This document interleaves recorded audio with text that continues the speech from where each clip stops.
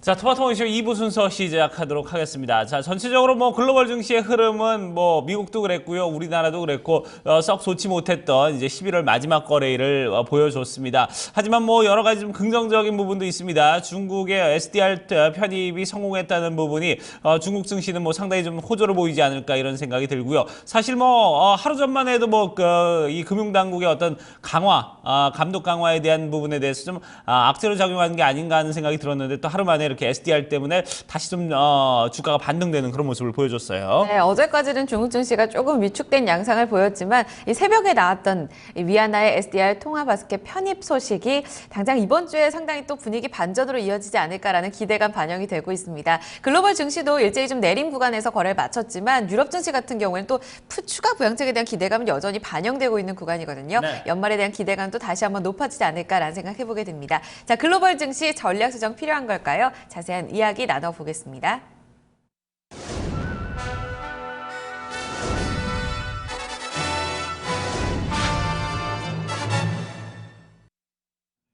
네, 서동수의 글로벌 마켓 리더 메리츠증권 서동수 대리와 얘기를 나눠보도록 하겠습니다. 안녕하십니까? 네, 안녕하세요. 네, 반갑습니다.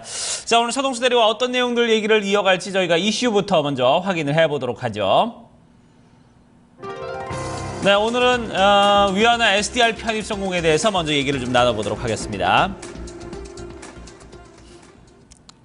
뭐 중국의 최근에 뭐 염원이나 다름없었습니다. SDR 편입 그렇게 이제 중국이 많은 노력을 했었는데 안 되다가 드디어 이제 성공을 했습니다. 뭐 여러 가지 그동안 이제 뭐 중국에 대해서 우려감들 이런 부분이 이제 좀 어느 정도 해소가 되지 않았나 하는 생각이 들어요. 예, 이제 11월 30날이었 이제 그제였죠. 전주 금요일 날 이제 상해 증시가 5.5% 하락을 하면서 혹시나 이 2010년에 좌절됐던 그 IMF의 SDR 편입이 좌절되는 것이 아니냐라는 이제 우려가 있었었는데요. 이런 것들은 어제 밤에 이제 완벽하게 이제 해소가 되었다라고 보시면 될 것 같습니다. 최근에 지난 8월 아시아 증시와 이머징 통화를 무너뜨렸던 부분들이 이제 위안화의 평가절하였던 점을 생각해 봤을 때 SDR 편입에 있으므로 이제 기축통화의 지위에 오르게 됨으로 해서 이런 하방들을 좀 지지를 해줄 수 있는 좋은 모멘텀이 되지 않겠느냐라는 생각이 좀 들고요.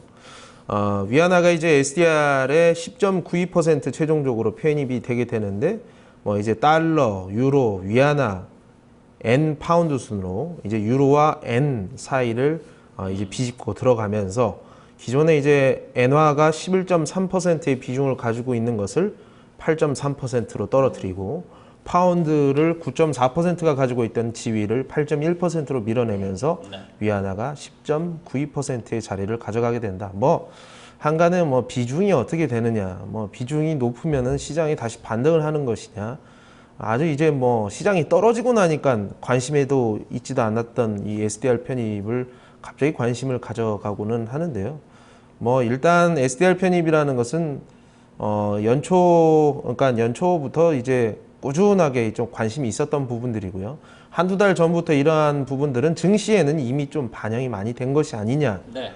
라고 좀 이렇게 해석을 해도 되지 않겠느냐 생각이 듭니다. 네, 달러, 유로 다음 순으로 통화 비중이 높게 좀 책정이 되면서 이 예상 밖으로 그래도 뭐 SDR 편입에는 어느 정도 예상을 했지만 예상 밖으로 비중이 좀 높았다라는 이야기들도 많습니다. 맞아요. 자, 이번 사건에 대해서 외신들은 좀 어떻게 반응을 하고 있는지 그리고 중국에게 어떤 의미를 가져올지가 상당히 궁금합니다. 예, 뭐 블룸버그 따르면 일단 1999년 이후에 SDR 통화 바스켓이 이제 변경이 좀 최초로 이루어졌다라고 얘기를 하고 있고요. 근 한 16년 만에 이루어진 일이라고 보시면 될 것 같고요. 1999년도는 이제 독일의 마르크화와 이제 프랑스의 프랑화가 이제 유로화로 이렇게 전환을 하는 모습들이 있었거든요.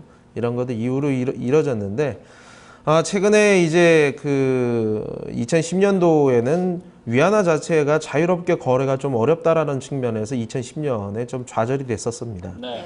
근데 이제 IMF의 리카르드 총재가 얘기를 하기로는 중국은 이제 지난 몇 년 동안에 이제 통화 정책이라든가 재정 이런 시스템 전반적인 개방화라든가 이제 국제화를 계속 꾀하고 있었다.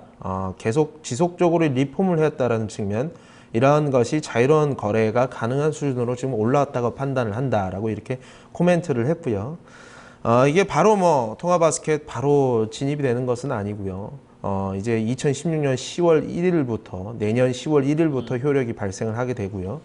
어쨌든 뭐 단기적으로든 중장기적으로든 위안화의 거래 수요에 대한 부분들 계속 좀 중장기적으로 좀 증가하지 않겠느냐라고 단기적으로도 좀 증가할 가능성이 상당히 크다라고 이렇게 얘기를 전하고 있습니다. 네. 자, 이렇게 된다면은 이제 결국은 이제 어떻게 보면 이제 위안화의 가치는 그만큼 이제 올라갈 수밖에 없는 건데, 올라간다는 거는 그만큼 이제 중국이 어떤 돈을 풀 수 있는 어떤 볼륨이 좀 커진다는 얘기가 되거든요. 어떻게 좀 그런 부분은 좀 긍정적으로 좀 우리가 좀 봐도 되겠습니까? 어떻습니까? 예, 뭐 어쨌든 뭐 위안화로 표시된 자산들은 우상향을 하는 트렌드 자체는 계속 뭐 이어간다라고 보시면 될 것 같습니다. 네. 네. 기축통화로서 앞으로의 흐름이 상당히 또 기대가 됩니다. 일단은 뭐 중국의 위상이 높아지고 중국의 위안화 국제적 위상도 높아지고 상당히 또 결제 비중이 늘어나지 않을까라는 이야기도 상당히 많거든요. 앞으로의 파급력, 중국이 상당히 기대했던 그림은 어떻게 그려볼 수 있을까요? 사실 뭐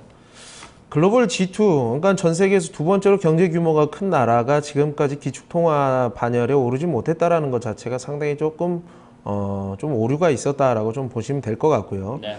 전 세계 교육 비중을 본다고 하시더라도 첫 번째 그림을 보시면 중국은 이미 전 세계에서 무역 거래 비중 자체가 전 세계에서 최고의 지위를 가지고 있습니다. 구매력 기준에서도 미국을 이미 뛰어넘은 걸로 보여지고 있고요. 무역 거래 자체는 2010년도에 추월을 했고 이제 구매력 기준으로는 작년에 이미 추월을 한 것으로 이렇게 추산을 하고 있습니다.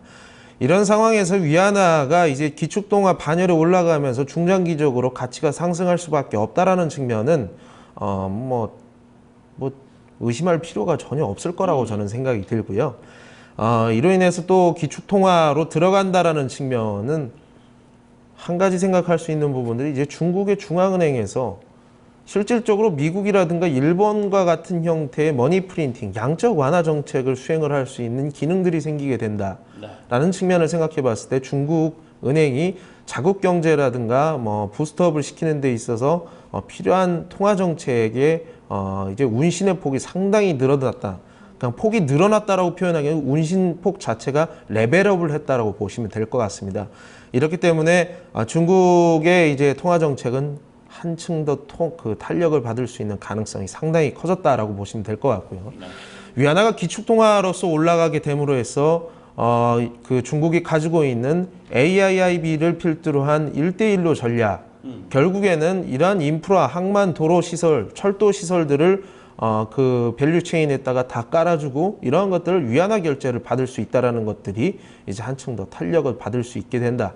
뭐 조금 더 확대 해석을 하게 되면 이런 1대1로 전략이 좀 탄력을 받음으로 해서 중국의 원자재 수요가 어느 정도 하방 경직을 띌 가능성도 상대적으로 커졌다 정도로 이렇게 좀 해석을 하실 수가 있을 것 같습니다. 네. 마지막으로 네. 마지막으로 그림을 보시면서 말씀을 드리겠습니다. 미국은 이미 중국은 미국의 구매력을 이미 GDP 수준으로 지금 넘어서 있는 상태라고 보시면 될 것 같거든요. 이 파란색을 이제 회색선이 이렇게 뚫고 올라가는 모습들을 보실 수가 있는데, 이러한 것들 결국에는 중장기적으로 인민들의 부가 계속 축적이 된다. 인민들의 부가 축적이 되고 뭐 이런 것들 다 소비로 나올 수 있다라는 얘기. 뭐 대한민국 우리나라와 한번 비교를 해볼까요? 저와 같은 이제 30대 중반의 가장들이 항상 크게 가져가고 있는 고민 중에 하나가 무엇인지 압니까? 제가 소득이 많이 늘어난 것은 사실인데요. 소득이 많이 늘어났지만 생활, 리빙 코스트, 그러니까 전세 자금이라든가 이런 집값에 대해서 지금 절대 벗어날 수 없는, 그러니까 굉장히 큰 짐을 살아가야 되는 우리 신세대들이 이제 겪어야 되는 한 고충이라고 할 수 있습니다. 중국 같은 경우에는 원차일드 폴리시가 지난 몇십 년 동안 지속이 되어 오면서 한 자녀로 자라온 부모가 한 자녀를 낳는, 결국에는 이 한 자녀끼리 결혼을 하게 되면 두 개의 집 중에 한 개 정도는 자녀에게 전달이 되는 이런 그 부동산 구조를 가지고 있거든요. 이렇게 되면서 부동산이라든가 집에 사는 리빙 코스트에 대한 부담이 전혀 없습니다. 그것이 어디로 나올 것이냐? 엄청난 소비로 나올 수 있다. 이런 것도 하나 시사하는 바라고 좀 보시면 될 것 같습니다. 어떻게 됐든 중장기적으로 인민들의 부는 증대가 될 것이다. 라고 정리를 해드리겠습니다. 네. 네. 자, 이렇게 하면 전체적인 맥락은 이제 중국의 결국 이제 뭐 SDR 편입이 여러 가지 뭐 양적인 부분이나 아니면 뭐 가치적인 측면에서 크게 좀 도움이 될 것이다. 이렇게 좀 얘기를 압축을 해볼 수가 있었고요. 자, 이제 다음 이슈 저희가 또 이어서 좀 살펴보도록 하겠습니다. 네, 두 번째 이슈는 아시아 증시의 변동성에 대해서 좀 얘기를 나눠보도록 하겠습니다. 뭐 아시아 증시 뭐 하루마다 지금 널뛰기를 하고 있는 상황입니다. 특히 이제 중국 같은 경우는 뭐 하루에 몇 프로씩 빠졌다가 다시 반등하는 모습을 보여주고 있고 우리 증시도 뭐 거기서 좀 자유로울 수 없는 그런 모습을 보여주고 있네요. 예, 뭐 어제 11월 30날이었고요. 오늘 12월 1일 결국에는 미국의 금리 인상이 있을 수 있는 첫 거래일이 될 터인데 어제 뭐 상당 부분의 외국인 매도가 좀 많이 발생을 한 것으로 좀 보여지고요. 네.